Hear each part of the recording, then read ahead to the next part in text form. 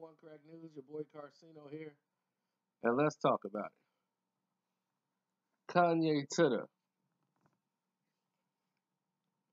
Once again, Kanye makes the news.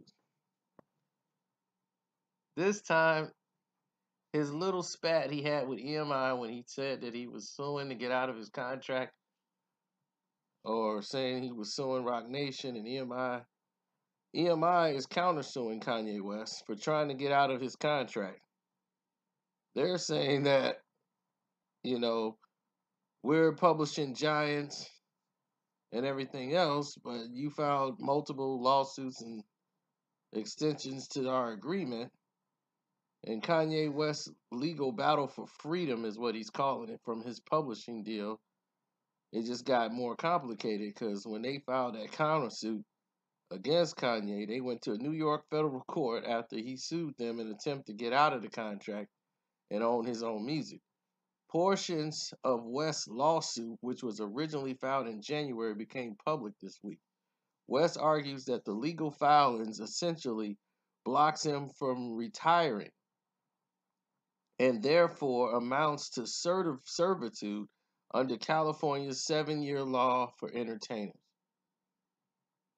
According to the contract, West is required to remain actively involved in writing, recording, and producing compositions and major record label albums.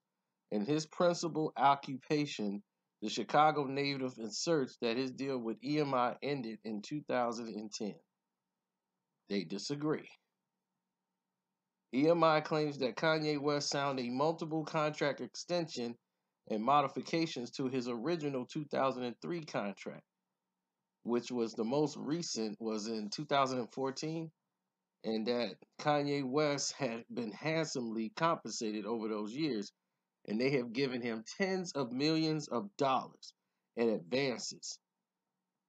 EMI also reports that although Kanye filed in California, they're demanding that a judge rule that the contract is still valid and binding under the applicable New York law and remains in full force and effect.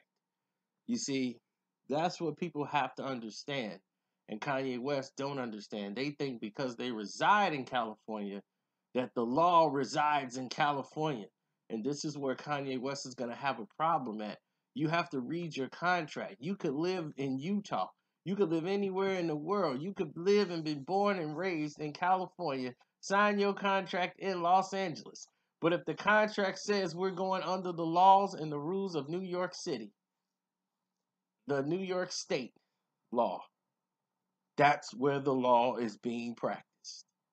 So it ain't where you sign it, it's what in the verbiage.